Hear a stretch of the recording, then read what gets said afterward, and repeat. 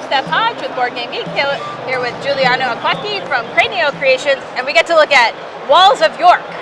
Hello everybody. Hi. Hi. Oh my gosh, I cannot wait to hear more about this game because we are creating enclosures with castles. Yes, exactly. Oh my gosh, I want to hear about this. Okay, so this is a game for 2 to 4 players, but one thing that I want to say immediately is that if you have 2 boxes, you can play up to 8 players. Oh, perfect. Because the gameplay is in real time between the players, so the game I love that mechanic so much. Exactly. Yes. So let's start from the beginning. Each player receives 4 tiles, each one for each colored gem. The setup of each game is different. We can have more than 500 combinations for the board, but the setup for each game must be the same for all the players. Okay. So during the setup, you follow the color of the gem, and there's also arrows, which is handy. Yeah, and a white or black arrow on each side. Oh, that's perfect. So you easily can see the same configuration. That is brilliant. For all the players. Then we have a puzzle frame that contains all the tiles. The game lasts 2 rounds. Okay. In each round we will build a city using these plastic walls. Before each round, the king gives his request using his tower. So we will roll the die inside the dice tower. And there's 3 slots. 3 slots, 1 for each kind of building. Okay. So the number you see here is the number of that building you must include in your city.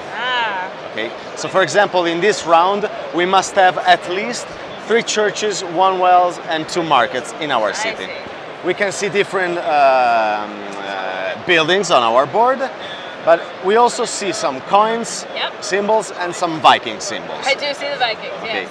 So the aim of the game is to build a city that contains at least these buildings and as much coin as possible and less Vikings as possible. Are we building one big region or some small one? No, only one, one city region. will be counted. One exactly. city. Okay, your best city, so make one city.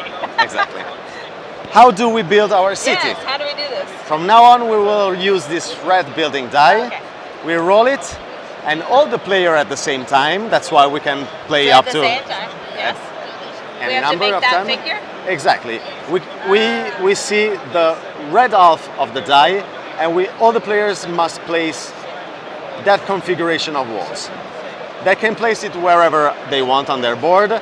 During the next turns, they must not. They can do that, something like that. Yes, they must not. not. It doesn't have to connect. Okay, but in the end, you will. You want it to connect. You want it connected. Yes. Of course, you can rotate and mirror that image. Anytime you can decide to place only 1 wall instead of the configuration you see. Okay, great. Okay. The only things that you cannot do is to place 2 walls on the same spots, and you cannot place walls off the board. Okay, sure. You can always. Do you need to have a wall over here? Yes. Yes. You must place on the edge to include something in. I see. You can always place additional walls during the gameplay, but when you decide your final perimeter, you just remove the walls that you don't need. Oh, perfect. Yes. We have an additional advanced rules that says that if you don't discard any walls at the end of a round, you earn more coins. In the end, when all the players have finished their city, they will collect the coins depicted in and the Viking tokens for each Viking symbol. Okay. The player who gets the most Viking tokens gets invaded. So they will discard all their Viking tokens and receive 1 invasion token that will worth -5 coins in the end of the game. So you don't want Vikings at all? Not at all. Not at all. But as you see on our dice, there are 2 different halves with 2 different information. Yes. So when you are building, you use this information. Yes. If you are able to close your city before the other players because you find out a better configuration, you don't look at this information anymore because you have done. Yeah. You start looking at this. I see. So this is the number of coins that you gain. So you can start collecting money while the other players are still building. So that's the core mechanic of the game. It's quite simple, and but it ends when everybody finishes then. exactly. Oh boy. So you don't want to be behind the leader, right? Exactly. So if you need 3 more roll dice than your opponents, you just give them money. After the first round, we just discard all of our walls as an earthquake happened. We make a new King's Request and we play a second round. I see.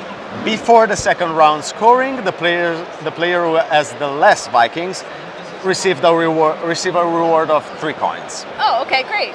And that's it.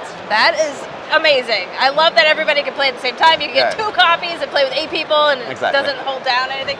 That is awesome. And that's available now? Available now in English at our booth or in French already, but a German version and an American version will be available soon. Oh my gosh, I'm so excited for this game. Thank you so much for stopping by and showing us Walls of York. Thanks, everybody. Thank Bye. you.